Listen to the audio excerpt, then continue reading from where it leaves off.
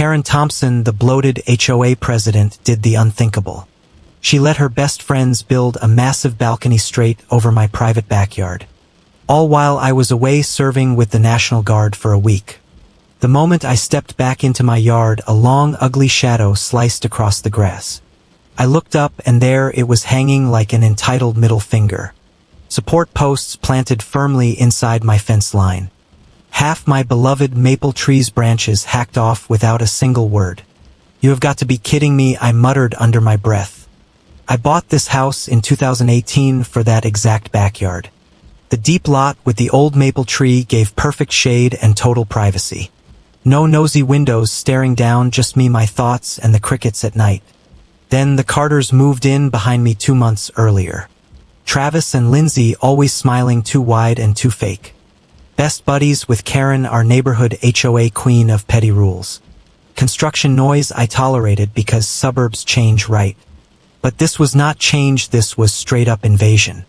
I marched straight to their back gate and knocked hard. Travis stepped out onto the new balcony, grinning down like royalty. "Hey neighbor, what do you think of the new view?" he called cheerfully. I pointed at the posts sunk in my grass. "I think your balcony is literally on my property, Travis." He laughed like I had told a cute joke. "It's just airspace, man," Karen said. "It's totally fine." There it was, Karen's name dropped like a get-out-of-jail-free card. The next morning, Karen herself showed up at my door in full glory. All 250 pounds of self-important HOA royalty squeezed into a bright pink blazer. Clipboard in one hand, fake smile plastered across her face. "Hi there, I heard there's a little disagreement about the Carters' beautiful addition." "Disagreement?" I repeated slowly. "They built on my land without asking." Karen waved her hand dismissively like swatting a fly. "The HOA board approved the plans for aesthetic harmony, sweetie. Your tree was blocking their vision anyway," she added with zero shame. She actually said that with a straight face, like it made sense. "Harmony doesn't include trespassing," I shot back, keeping my voice calm. Karen's eyes narrowed into tiny slits of fake concern. "Look, we like to keep things neighborly around here. Filing complaints creates division. Maybe you should think about community spirit." Her tone dripped sugar, but the threat was pure Karen. Classic HOA tyrant, pretending morality while abusing every inch of tiny power.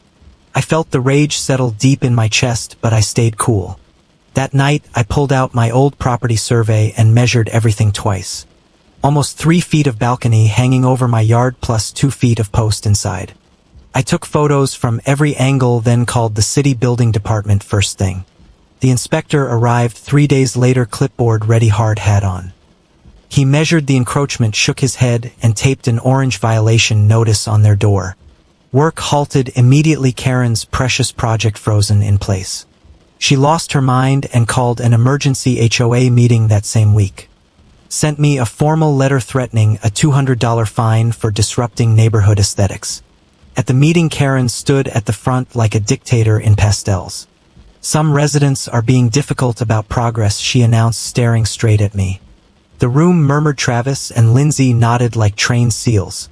Karen launched into her favorite speech about rules for the greater good. "We all signed the covenants, people," she lectured, voice rising. "If we let one person complain, next thing you know, chaos." I sat there listening to her twist the law into her personal playground. But then the real twist landed like a hammer from heaven. The city report came back 2 weeks later, and it was brutal. Not only was the balcony an illegal structural encroachment, Karen had personally signed off on the plans without any board review. Emails surfaced where she told the contractor, "Just build it and deal with complaints later." The room went dead silent as the evidence got read aloud. Neighbors who had feared her for years started whispering behind their hands. Karen's little empire of made-up rules began cracking right in front of everyone. Her face turned beet red. She sputtered something about misunderstanding. But the damage was done. Her hypocrisy hung in the air thicker than her perfume. 30 days later, the demolition crew rolled in bright and early. Karen stood in her driveway, arms crossed, face twisted in defeat, watching her precious approved project get ripped apart piece by piece. Crowbars popped, metal brackets loose one by one. Deck boards cracked and fell with sharp, satisfying sounds. Travis looked like he wanted the ground to swallow him whole. Lindsay stayed inside, pretending none of this was happening. By the second day, the beams came down, the overhang shrank back. On day 3, the jackhammer attacked the concrete posts in my yard. Each chunk hauled away in buckets until nothing remained but fresh dirt.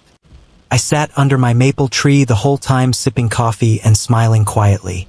The sky above my yard was open and blue again, no shadow, no invasion. Karen tried one last desperate move. She mailed me another fine notice. The city laughed it off and sent her a warning instead. Word spread fast through the neighborhood group chat. At the next HOA election, members voted her out quietly and without ceremony. No big speech, no dramatic exit, just gone like the balcony. The Carters eventually rebuilt a smaller deck angled away from my yard. They never looked in my direction again, and that was perfect. I sit under that old maple tree every summer evening now, listening to the wind rustle the new leaves and feeling the peace return. The suburbs are full of Karens clutching their clipboards and tiny thrones. But every once in a while the little guy stands up and the tyrants fall. Not with fireworks, just with quiet measurements, city rules, and one well-placed complaint. And that victory tastes sweeter than any HOA-approved lemonade ever could. Because boundaries matter, even the invisible ones people like Karen love to ignore. In the end, the yard was never really about grass or trees. It was about reminding everyone that no one gets to own the sky above your life. Not even the loudest Karen with the fanciest blazer and the biggest clipboard.